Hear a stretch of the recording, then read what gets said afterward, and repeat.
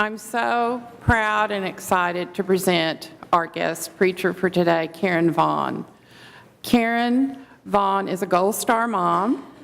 She's the mother of Aaron Vaughn, who perished along with 21 other Navy SEALs over Afghanistan in 2011. He was a world changer, and Karen's book, World Changer, is based on his life, and it also is based on her life because her life, especially since Aaron's death, has been a gift to this country and has been a tribute to people like Aaron who are true heroes. He was a true hero because of his courage, because of his goodness, and mainly because of his faith in Jesus Christ. And Karen can vouch for that. That's the thing she's the most proud of, and that's the thing that gives her the most hope.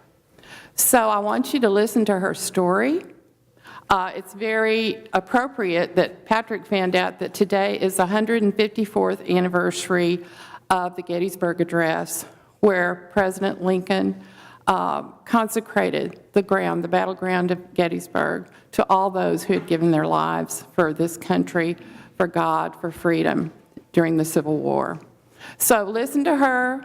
She has used her talents that was mentioned in the gospel, and they are quadrupling out of service for God, out of love for her son, Aaron, and for us. So please welcome Karen Vaughn.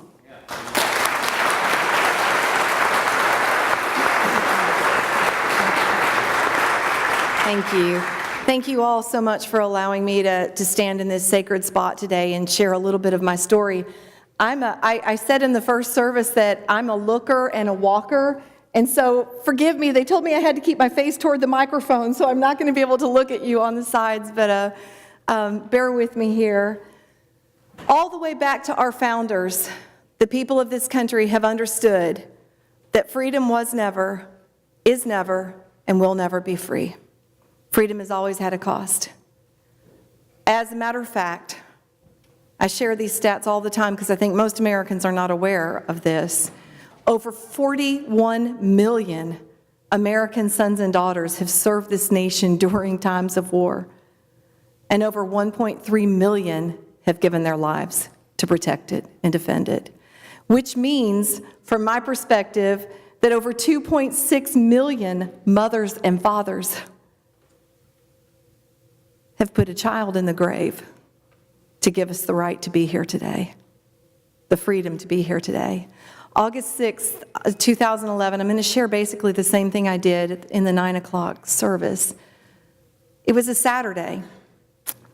We live in South Florida, and when I woke up here this morning in Texas, I expected weather similar and was not greeted with such. It's getting beautiful out there now, which is really wonderful, but I thought I was going to die at 8 o'clock this morning.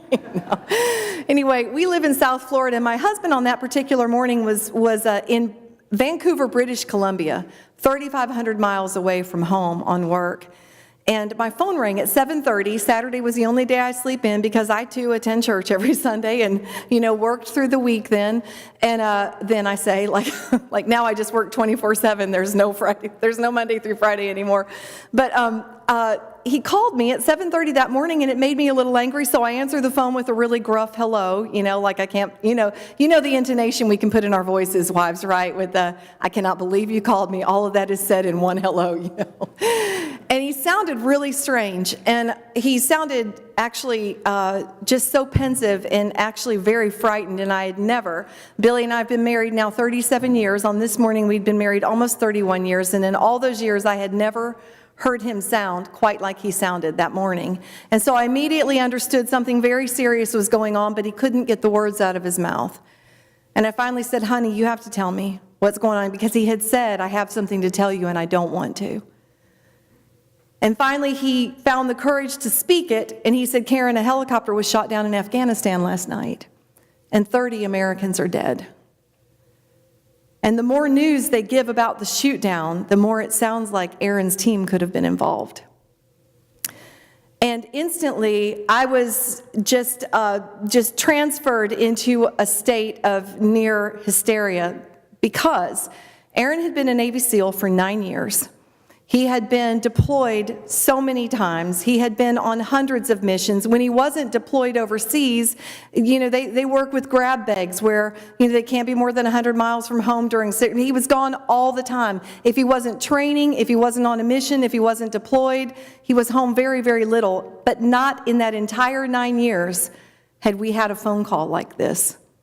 Never had we felt what we were feeling that morning. And so I knew something was up, and my instinct told me it was very bad. But I wanted to believe otherwise. Well, I said, what do you want me to do? Because I couldn't even think at that point. And he said, honey, just see if you can reach him on Skype, which we could sometimes. And if you can't reach him, see if you can reach any of his buddies to see if he's okay. So I hung up, and I tried both of those things and was not successful at either. And so I called my husband back, and I said, what now? Because something had to happen. Have you guys ever had a moment in your life where the anxiety is clear up in your throat, and you just like have to have resolution now because something is really bad on the horizon? And that's how I felt.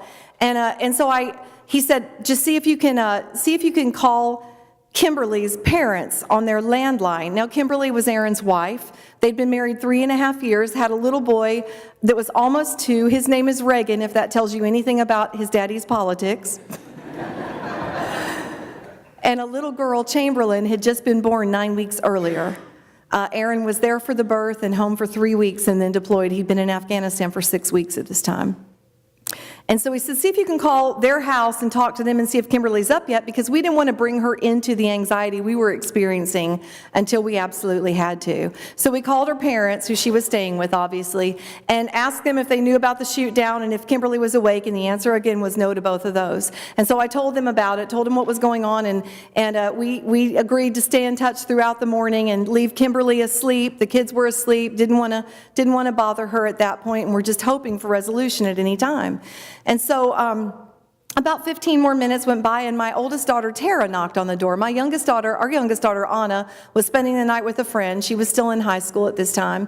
She was spending the night with a friend, but Tara was married with a family of her own. And apparently my husband, Billy, had called her and told her to come be with me, just in case.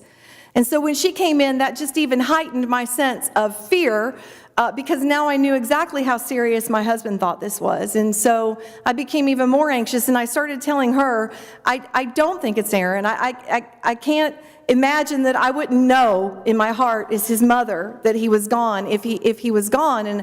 And I kept reasoning that, it was probably just chaos over there, and that's why he hadn't contacted anybody, because 30 Americans were dead. Can you imagine what the atmosphere was like in that region of Afghanistan that night? And so we rationalized that together and convinced ourselves that nothing was going on. And about 15 more minutes went by till I called Kimberly's parents home for the 3rd time that morning. And this time her father answered.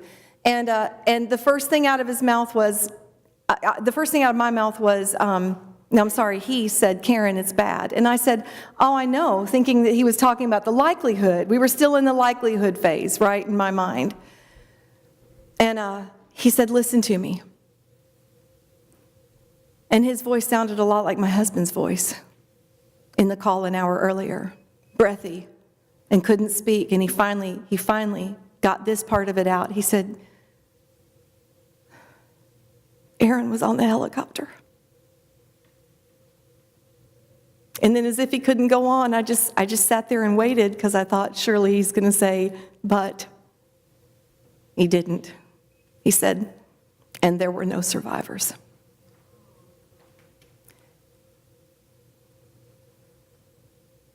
I don't know how to explain a feeling like that, except that it feels very surreal. You really can't process, your brain is not wired to process a statement that your child is dead.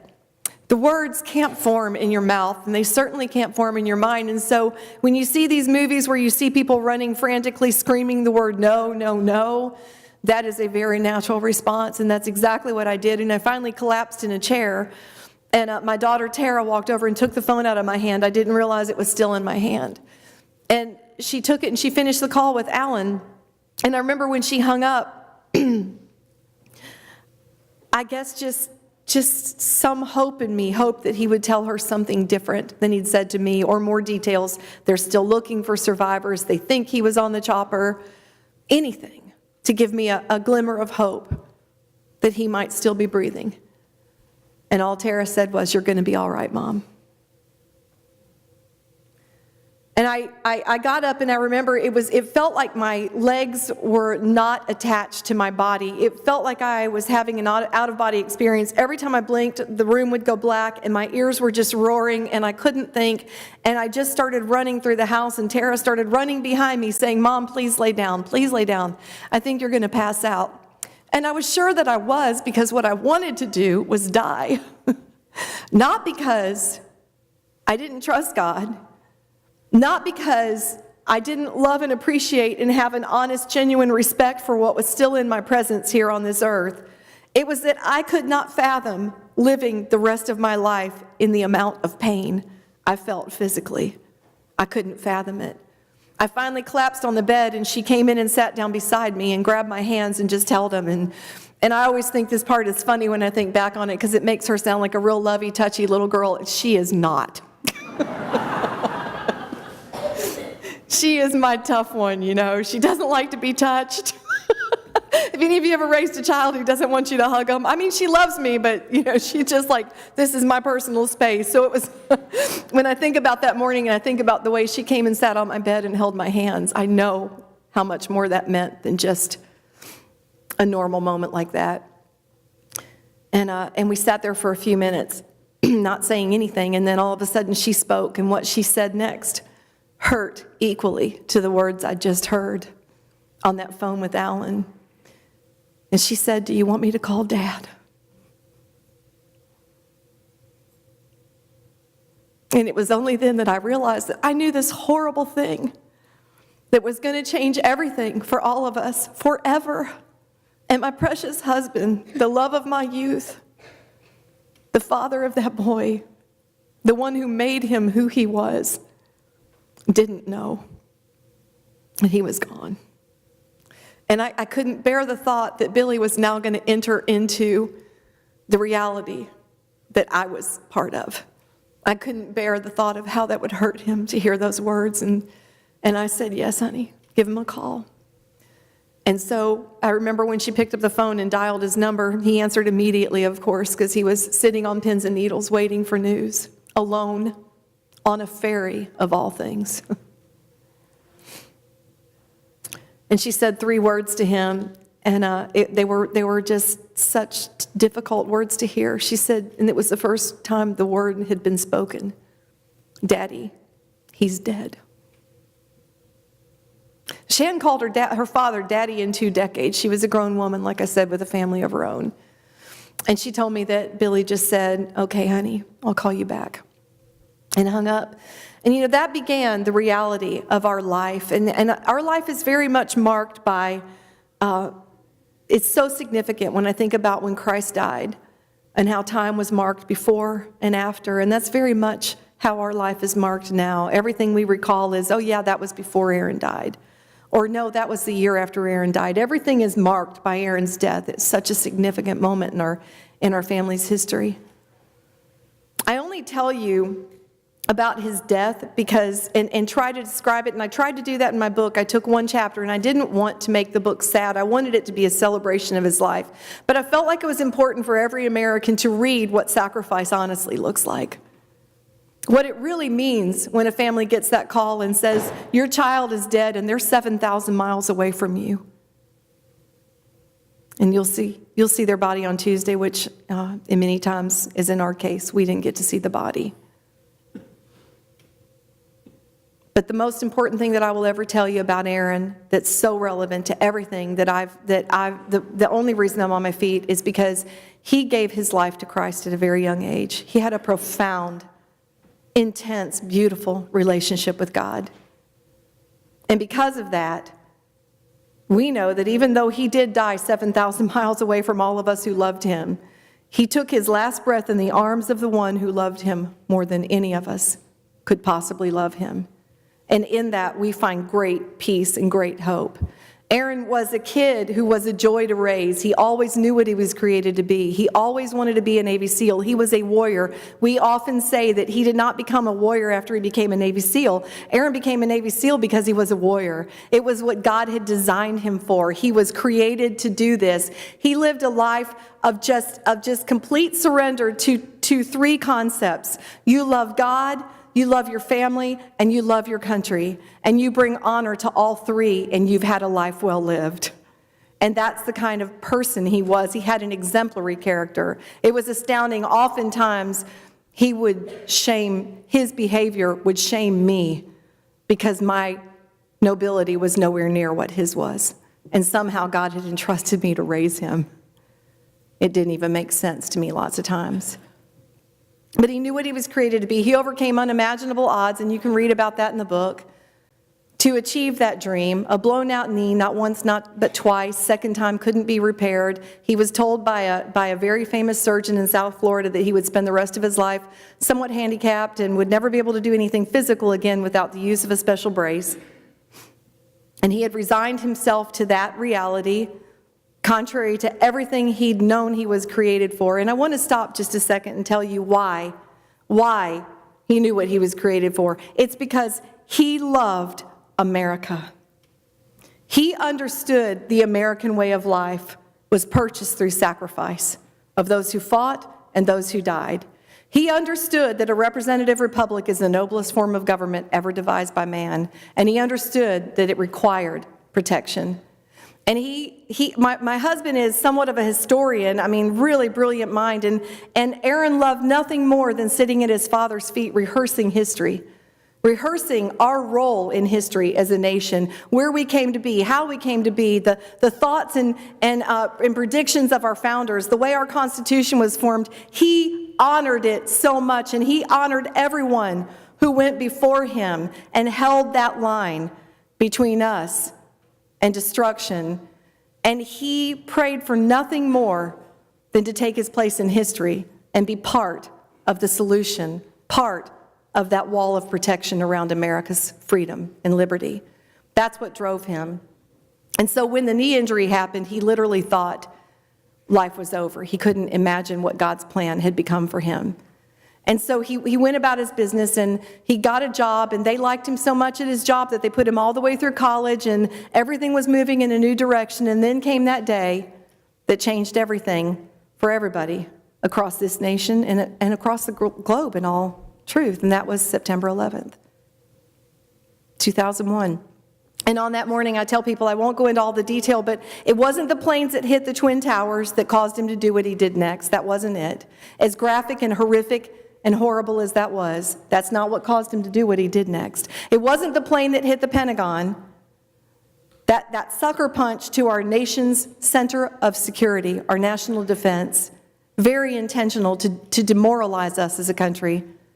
As horrible as that was, that's not what caused him to do what he did next. What caused Aaron to do what he did next was the 40 average citizens on board Flight 93. Dressed in blue jeans and ball caps, business suits, who said goodbye to their families that morning and then took part in an unimaginable sacrifice of themselves for us. When they stood up and said, "Not on my watch." They did what our government was unable to do. They did what our military, the greatest military the world has ever known, was unable to do. They stood up and thwarted what possibly would have been the most severe attack on our soil that morning. And you know, I say all the time, there it was, that indomitable spirit of the American patriot, of every patriot whose bloodstained boots have paved the pathway of freedom in our nation. That if not me, who, and if not now, certainly when, right? And do you remember those phone calls that came out in the days following of the whispered "I love yous," where we started hearing the phone calls between their families and the people on the plane, and if I don't make it, and passing messages to their children. And then finally came that battle cry, 2 words, 2 little syllables that shifted our intentions as a nation that day, came from the lips of Todd Beamer. Do you remember what he said? Let's roll. That, we found out later, was what caused Aaron to do what he did next. He came home a few months later on his 21st birthday. He sat down across the table from Billy and I, and he said, "Mom and Dad, I stopped by the Navy recruiter's office on the way home from work." And I joined the SEAL Challenge program. And my husband is the encourager in the family, not. The first things out of his mouth, the first words out of his mouth was, "Well, you'll never make it, son." "What about your knee?" And he said, "Dad, I've always known this is what I was created for. I've always known, Dad. And God's telling me to go do it, and if he is, I will make it." And you know the rest of the story. He certainly did make it. He not only made it, he's one of the few men in history whose name is on a wall called First Time Every Time, who completed every evolution required of them the first time they tried it, all with a knee that couldn't even be taped, had no anterior cruciate ligament in it, was severely destroyed in addition to that injury, and couldn't even tape that knee or it would have given away his secret. And I want to say something. I say this with complete sincerity. Aaron was the most humble human being you would ever meet in your life. Godly man. Like I said, extraordinary character. He never once beat his chest and said, "Look what I did." He lived his entire career in the military with hands thrown to the sky, praising God, saying, "I cannot believe you let me do this." That was the attitude he had the night he gave his life for us.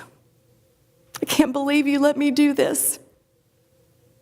I think to myself so often, Jesus was the one who gave us freedom. He gave his life so that we would live, so that we could have eternal life.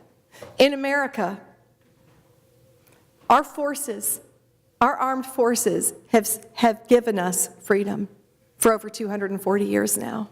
They've stood between us and oppression. I think about our history in it, and I'm so grateful that my son got to take a place in it. And I want to tell you this too, as a believer in Christ. I've been asked before, was America worth it? It took me a while to answer that question. It wasn't a very easy thing to answer. But I have come to the conclusion that absolutely, unequivocally, my answer is yes. America was worth it. Could I have given you my son if the decision had been mine? Absolutely not. I couldn't have. But I can tell you America's worth it. The American way of life is worth it. We have this organization in our hometown. I know I probably just have a couple more minutes. Okay, we have it. Yes! Our oldest daughter, Tara, the one that was with me that morning, started an organization called Operation 300 in the wake of her brother's death. They were very close. They were only 21 months apart. And they had that relationship that just most people yearn for as siblings. They loved each other intensely and stayed best friends throughout their life. And so she wanted to honor her brother's life and memory. And so she started an organization called Operation 300. And because Aaron left behind 2 small children, it became apparent to us very early on that there were going to be issues that really hurt Aaron's widow, Kimberly. And she kept saying over and over again, "Who's going to teach my children to be the kind of man their father was? Who's going to teach my children to do the things their father would have taught them?" And so Tara started Operation 300. And it is a nonprofit that holds adventure camps for kids who have lost their fathers in this war. And we bring in father-aged male mentors who volunteer their time, and they spend a weekend with these kids. We pair them up, usually one-on-one, no more than 2 children to one father-aged male mentor, and they spend the weekend doing things they might have done with their dad. I mean, they go deep sea fishing, they go sailing, they go surfing. They are flying planes today, okay, and they're flying them. Now, I just think to myself, what kind of parent signs off on the waiver on that? But nonetheless, they've been safe so far. But they are back in Stuart, Florida this weekend having a camp. And I don't know if it's politically correct here in San Antonio, but we teach them to shoot guns. We bring in the SWAT unit from one of our sheriff's departments in South Florida, and they put them on a range and teach them. They teach them everything. And we say at the end of the weekend, we say, if their clothes are fit to take home and clean, we didn't do a good job. Because that's pretty much the way the weekend goes, and they love it. And it's been life-altering for so many families. And these mentors have gone and like surprised some of these kids for like their first football game, or when they were in Boy Scouts and got a certain award, they've shown up and been there on their own dime. They'll buy a flight and go be with these kids. So it's been a life-changing thing for us to be a part of. But we were having an Operation 300 camp about a year and a half ago now, and we round all the kids up with their moms behind them at the end of the camp for our like farewell. And my husband was talking to them, and he got all the kids lined up right in front of him, and they were all just listening to him. And he's kind of like E.F. Hutton. He's a man of few words, but when he talks, everyone listens, especially me. But no, he's talking to these kids, and he says something so profound. He said, "I want you to know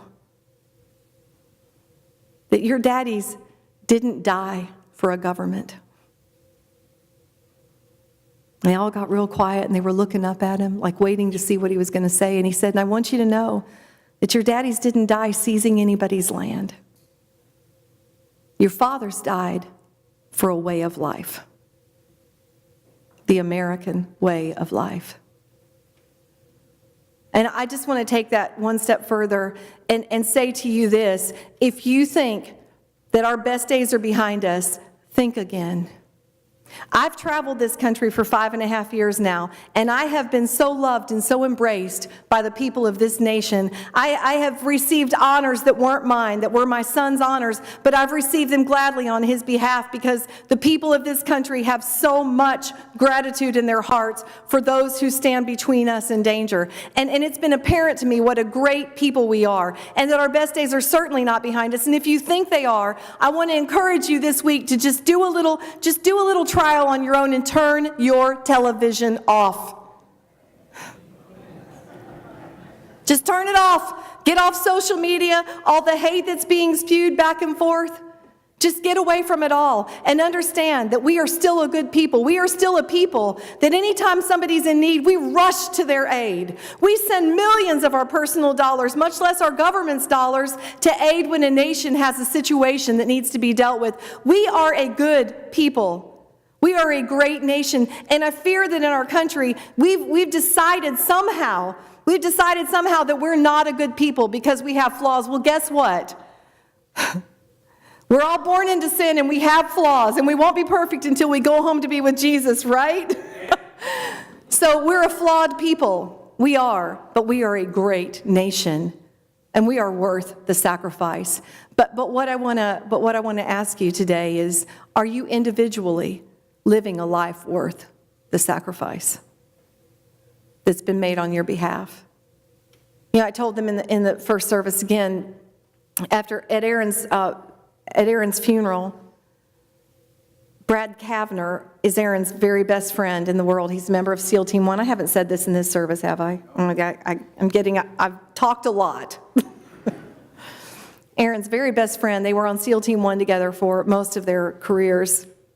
And I remember, I don't know if any of you guys are familiar, but when a Navy SEAL is buried, one of the traditions they have is that the other SEALs who are there will take the trident off their chest and put it on the coffin and pound it into their brother's coffin. And so, you know, the line had gone through, and most everybody had gone, but they'd left the last one, they left the last honor to Brad as Aaron's very best friend. And I remember when Brad knelt down beside Aaron's coffin, he was shaking all over. And I'll never forget the image. It was almost more than I could bear. I felt like I was going to just almost lose my mind in that moment because I was watching him. But just thinking of all the memories that must be flooding his mind of his 9 years of friendship with Aaron. And he took his trident, and his hands were shaking, and he put it on that wooden coffin, and he tried really hard to hit it, but because he was shaking, he hit the edge of it, and the trident flew off the other side of the coffin and landed on the ground. And Brad got up, knees shaking, stood up, composed himself, walked around, got the trident, came back around to this side, and knelt down again. And this time, with just fierce determination, he steadied himself. And he put that trident back on that coffin, and he just held it there a second, just staring at it, like fixing his face on it. And he pounded it this time, and the noise was so loud that the sound just echoed across Arlington. And it just pierced my heart watching that brother say goodbye to his brother and his best friend. And then Brad just put his head down on Aaron's coffin and just laid there for a few minutes, his whole body shaking as he cried. And I thought, my goodness, these young men have seen way too much death. They've seen way too much. 3 years later, all of us assembled back at Arlington to bury Brad. And this time, Reagan, Aaron's little boy, was now 5.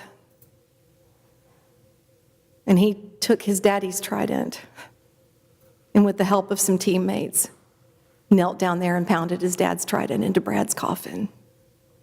So the sacrifice has been great. And I just ask you again, are we living lives worthy of that kind of sacrifice? And I just want to finish this morning by talking to you just for a second about the spiritual nature of my journey. I have never felt like God failed me. I have never felt like he abandoned me. At the moment when it felt like the story of my life had been slammed shut, a big period had been put at the end of the sentence, God showed me that it was an ellipse. And there was a lot more to come. And there were a lot of other chapters to be written. My faith in him is stronger than it's ever been. My love for him is more powerful than it's ever been. And I have understood him and known him in a way that I could have never understood or known had I not experienced the great loss that I experienced. And I promise you, he is able to take you through whatever he brings you to. I promise you that.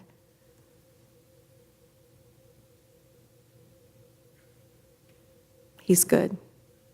That's it. He's good. He can be trusted. And I remember my husband that first morning, he said, the first words out of his mouth were, God, you always knew. Nothing took him by surprise on August 6, 2011. And nothing's taken him by surprise ever. So he can be trusted with whatever it is we're dealing with today. I'm grateful that I get to take Aaron's story forward, and I'll finish with this one little thing. Aaron was funny. He was always really super funny. He was the clown of our family. As a matter of fact, that's what I miss most of anything is like whenever we were together, he was rip-roaringly hilarious and always had the rest of us laughing. And he's just such a big presence.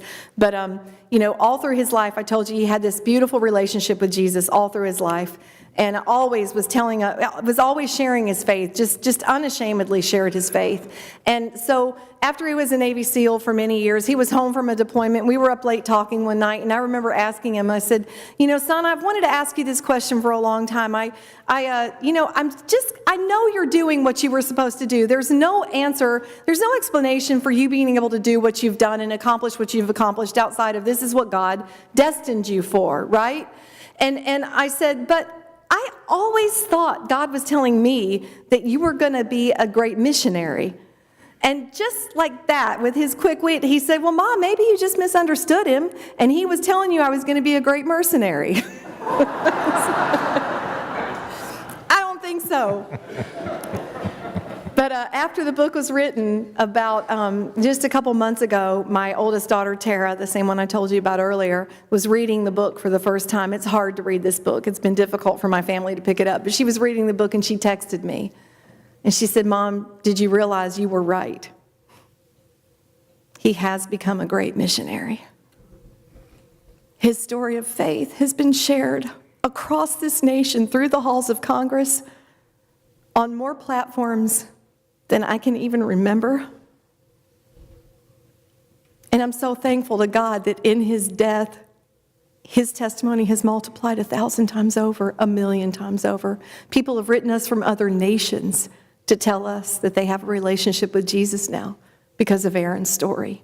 People have written to tell us that their marriage was saved because of Aaron's story. Kids have written us to tell us that they've decided to serve this country in a profound way because of Aaron's story.